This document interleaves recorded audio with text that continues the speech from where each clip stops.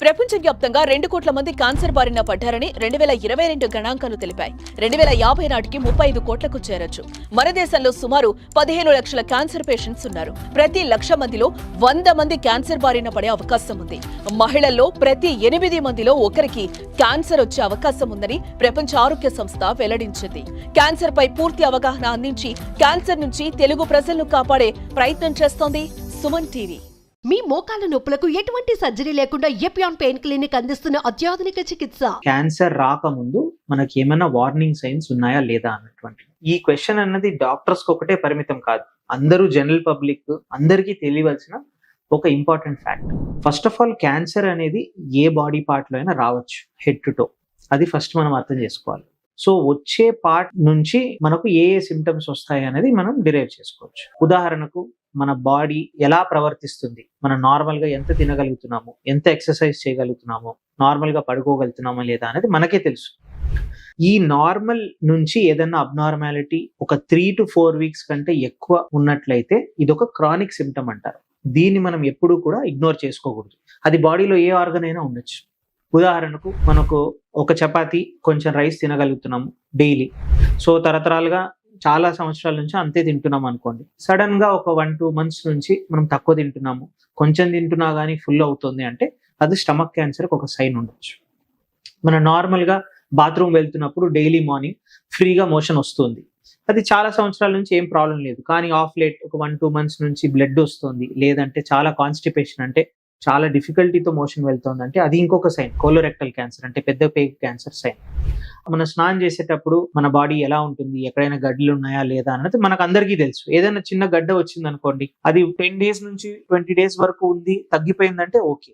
లేదు ఒక 3 weeks కంటే ఎక్కువ ఉందంటే that is again a sign. Females లో, ఆడవాళ్ళలో బ్రెస్ట్ లంప్ అంటే రొమ్ములో వచ్చే లంప్ అన్నది వారికి స్నానం చేసేటప్పుడు తెలుస్తుంది. చిన్న గడ్డనే మనం ఇగ్నోర్ చేద్దామంటే అది పెద్దగా అయిన తర్వాత నార్మల్లీ స్టేజ్ అనేది దాటిపోవచ్చు. సో డెఫినెట్ గా ఏదైనా సైన్ గానీ సిమ్టమ్ గానీ 3 వారాల కంటే ఎక్కువ ఉందంటే ఇది ఖచ్చితంగా వచ్చి మీరు డాక్టర్ దగ్గరకు వచ్చి ఒకసారి ఎవాల్యుయేట్ అయితే చేసుకోవాలి. So body head to toe మనకు చెప్తుంది క్యాన్సర్ ఎర్లీ స్టేజ్ లోనే డిటెక్ట్ కావడానికి. అదే కాకుండా క్యాన్సర్ రాకముందు ప్రీ క్యాన్సర్ స్టేజ్ లో కూడా కొన్ని సైన్స్ అండ్ సింటమ్స్ ఉండొచ్చు. ఉదాహరణకు చాలా మంది స్మోకింగ్, డ్రింకింగ్, పాన్ చూయింగ్ అన్ని చేస్తూ ఉంటారు. వాళ్ళ మౌత్ నార్మల్ గా ఉండదు, వైట్ ప్యాచెస్ కానీ రెడ్ ప్యాచెస్ కానీ కనిపిస్తూ ఉంటాయి. దీన్ని ల్యూకోప్లేకియా, ఎరిథ్రోప్లేకియా అంటారు. ఇది ఒక ప్రీ క్యాన్సరస్ కండిషన్. అదే మనము కొలనోస్కోపీ అంటే మన పెద్ద పేగుని ఎప్పుడైనా పరీక్ష చేసుకున్నామంటే ఆ కెమెరాలో మనకు చిన్న చిన్న పాలిప్స్ లాంటి గడ్డలు కనిపించవచ్చు. ఇది కూడా ఒక ప్రీ క్యాన్సరస్ కండిషన్ ఉండొచ్చు. సో ఇలా బాడీలో ప్రతి ఒక్క పార్ట్ కి దేర్ ఆర్ సమ్ కండిషన్స్. అది మనం ఖచ్చితంగా తెలుసుకోవాలి. అప్పుడే మనం క్యాన్సర్ అర్లీగా డిటెక్ట్ చేసి మనం క్యూర్ చేయగలం. అదే మనం ఇప్పుడు గొంతులో ఏదైనా గడ్డ అనుకోండి, మోస్ట్లీ అదే థైరాయిడ్ గడ్డ అనుకుంటాం. అది అందరికీ తెలుసు, థైరాయిడ్ అనేది చాలా కామన్ ప్రాబ్లం అని. కానీ థైరాయిడ్ లో కూడా 2 రకాల ప్రాబ్లమ్స్. ఒకటి హార్మోనల్ ప్రాబ్లం. హార్మోనల్ ప్రాబ్లమ్ కి మోస్ట్లీ సర్జరీ అవసరం లేదు, భయపడాల్సిన అవసరం లేదు, నార్మల్ టాబ్లెట్ తీసుకుంటే సరిపోతుంది. కానీ కొంతమందిలో నెక్ రీజియన్ లో కొంచెం గడ్డలు ఉండొచ్చు. సో థైరాయిడ్ గ్లాండ్ పెరిగినందువల్ల చాలా మంది గాయిటర్ అంటారు. 80% ఈ థైరాయిడ్ గడ్డలు క్యాన్సర్ కాకపోయినా ఖచ్చితంగా మనం డాక్టర్ గారి దగ్గరకు వచ్చి అల్ట్రాసౌండ్ చేయించుకొని, అవసరం పడితే ఒక నీడిల్ టెస్ట్ చేసుకొని అది క్యాన్సరా కాదా నిర్ధారణ చేసుకున్న తర్వాతనే మనకు క్లారిటీగా అది క్యాన్సరా కాదా అని తెలుస్తుంది. సో ఏదైనా ఒక గడ్డ నెక్ రీజన్ లో ఉన్నా కానీ మీరు డాక్టర్ ని సంప్రదించాలి. మీకు ఆల్రెడీ చెప్పినట్టుగా లేడీస్ లో రొమ్ములో, బ్రెస్ట్ లో ఏదైనా గడ్డ ఉంటే ఖచ్చితంగా వచ్చి మ్యామోగ్రామ్ ప్లస్ FNAC కానీ బయాప్సీ కానీ చేయించుకోవాలి. మన తినే ఆహారంలో ఏదైనా మార్పులు వచ్చాయి, మన డైజెస్టివ్ ట్రాక్ట్ లో ఏదైనా మార్పులు వచ్చాయి అనుకోండి, కొంచెం తిన్నా వామిటింగ్ లాగా అనిపిస్తుంది, కొంచెం తిన్నా ఫుల్ గా అనిపిస్తుంది అంటే అది ఎర్లీ సెసైటీ అంటారు. అంటే కొంచెం తీసుకున్నా కానీ ఫుల్ అయిపోయిన ఫీలింగ్, అది స్టమక్ క్యాన్సర్ కి ఒక risk factor and it is a sign and symptom. చాలా మంది ఏం చేస్తూ ఉంటారు, చాలా ఇయర్స్ గా ఆల్కహాల్ తీసుకుంటూ ఉంటారు. మా ఫ్రెండ్స్ కూడా తీసుకుంటున్నారు, మా రిలేటివ్స్ కూడా తీసుకుంటున్నారు, నేను కూడా తీసుకుంటున్నాను, ఏమి కాదనుకుంటారు. కానీ ఆల్కహాల్ అనేది మనకు ఈజీలీ అవైలబుల్ పాయిజన్. మనకు జనరల్ గా పాయిజన్ అనేది అంత ఈజీగా దొరకదు మనం వెళ్ళి ఎత్తుకున్నాం. కానీ alcohol is also a poison. మనం తీసుకున్నప్పుడు అది బాడీలో ఎఫెక్ట్ చేయని ఆర్గన్ అంటూ లేదు. And the most common organ అది ఎఫెక్ట్ చేసేది లివర్. లివర్ లో సైలెంట్ గా it usually leads to lot of changes. Liver cirrhosis అంటారు. ఈ సిరోసిస్ సెట్ ఇన్ అయిన తర్వాత లివర్ ఫెయిల్యూర్ అటువంటి ప్రాబ్లమ్స్ వస్తాయి. బట్ లివర్ ఫెయిల్యూరే కాదు, అది liver cirrhosis can lead to cancer as well. ఇది మీరు గుర్తుపెట్టుకోవాలి. బ్రెస్ట్ క్యాన్సర్ అంటే ఆడవాళ్ళల్లో రొమ్ములో వచ్చేటువంటి ఒక రకమైన క్యాన్సర్. బ్రెస్ట్ క్యాన్సర్ ఈ నడుమద చాలా కామన్. ఇన్ఫాక్ట్ ఫీమేల్స్ లో వచ్చేటువంటి మోస్ట్ కామన్ క్యాన్సర్ అనేటువంటిది బ్రెస్ట్ క్యాన్సర్. సో దీని సైన్స్ అండ్ సింటమ్స్ ఏంటి, ముందుగా మనం ఎలా డిటెక్ట్ చేయాలి, డిటెక్ట్ చేసిన తర్వాత ఎవరి దగ్గరకు వెళ్ళాలి, ట్రీట్మెంట్స్ ఉన్నాయా లేదా అనేటువంటివి మనం మాట్లాడుకుందాం. ఇప్పుడు ఫారెన్ కంట్రీస్ లో చూస్తే గైడ్ లైన్స్ ఏమంటున్నాయంటే 45-50 ఇయర్స్ దాటిన తర్వాత ప్రతి మహిళ ఇయర్లీ వన్స్ లేదంటే 2 సంవత్సరాలకు ఒక్కసారన్నా మ్యామోగ్రామ్ అంటే 2 బ్రెస్ట్లది ఒక రకమైన ఎక్స్రే అంటారు, అది ఫ్రీలీ అవైలబుల్ టెస్ట్. మీరు ఏ డయాగ్నోస్టిక్ ల్యాబ్ వెళ్ళినా అవైలబుల్ ఉంటుంది.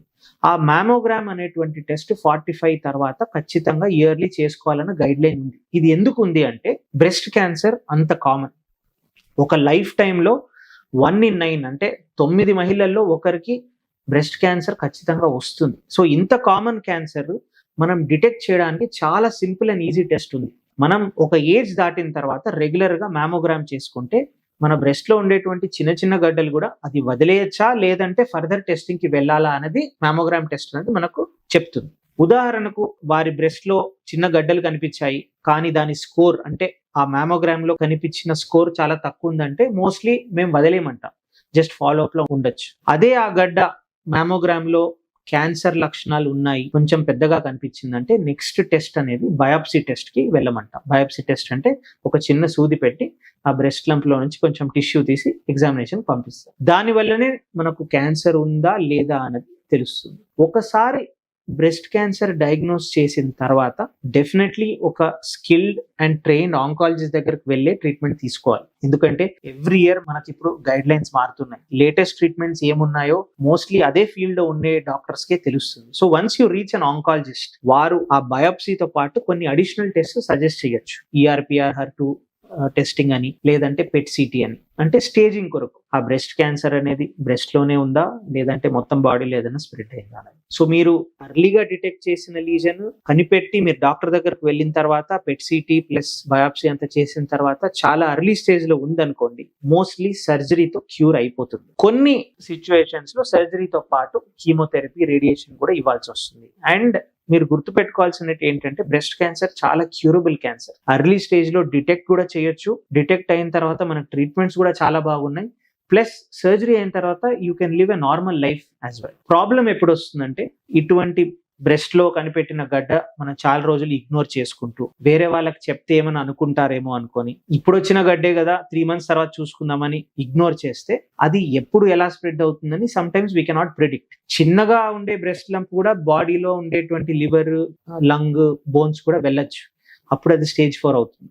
Stage 4 లో మనకు ట్రీట్మెంట్స్ ఉన్నాయి కానీ డెఫినెట్లీ Stage 1, Stage 2 లో డిటెక్ట్ చేసి 100% ఇచ్చేటువంటి రిజల్ట్స్ అయితే Stage 4 లో ఉండవు. సో అది మీరు గుర్తుంచుకోవాలి. ఇంకోటి రిస్క్ ఫ్యాక్టర్స్. చాలా మంది మహిళలు 60-70 ఇయర్స్ లో బ్రెస్ట్ క్యాన్సర్ డిటెక్ట్ అయిన తర్వాత నా దగ్గరకు వచ్చి అడిగే క్వశ్చన్, సార్ ఎందువల్ల వస్తుంది, నేను ఏమైనా తప్పు చేశానా, డైట్ వల్ల ఏమైనా వచ్చిందా, లేదంటే ఏం ప్రాబ్లం వల్ల వచ్చిందా, అన్ని జెనెటిక్ ఏనా, లేదంటే నా ఫుడ్ వల్ల వచ్చిందా అని.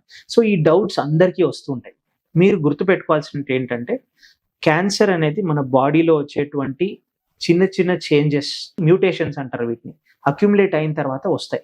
ఆ మార్పులు మనం కొన్నిసార్లు మార్చలేము. మనం పుట్టిన తర్వాత పెరుగుతూ ఉన్నప్పుడు మనకు ఎట్లా గ్రే హెయిర్ వస్తుంది, ఎలా మన స్కిన్ ఓల్డ్ అవుతుందో అలాగనే మన బాడీలో ఉండే సెల్స్ లో మ్యూటేషన్స్ అంటే కొన్ని చేంజెస్ అనేవి జరుగుతూ ఉంటాయి. సో ఓల్డ్ ఏజ్ లో 60-70 వచ్చేటువంటి క్యాన్సర్స్ చాలా సర్ప్రైజింగ్ ఏం కాదు. బికాస్ అన్ని ఇయర్స్ మన బాడీ ఇన్ని స్మాల్ చేంజెస్ అక్యుములేట్ చేసుకున్నాయి కాబట్టి ఈ క్యాన్సర్స్ రావచ్చు. అదే యంగ్ ఏజ్ లో 20 years, 30 years అటువంటి పేషెంట్స్ కి క్యాన్సర్ వచ్చిందంటే మోస్ట్లీ మనం జెనెటిక్ కాజెస్ వల్ల వచ్చిండొచ్చు అనొచ్చు. జెనెటిక్ కాజెస్ అంటే ఏంటి, వంశపారంపర్యంగా వచ్చినటువంటి క్యాన్సర్స్. అవి కూడా టెస్ట్ చేయడానికి ఇప్పుడు మనకు టెస్ట్ అవైలబుల్ ఉన్నాయి. ఒకవేళ ఓల్డర్ పేషెంట్స్ లో వచ్చినటువంటి అయితే ట్రీట్మెంట్ యూజువల్లీ సజెస్ట్ చేస్తాం.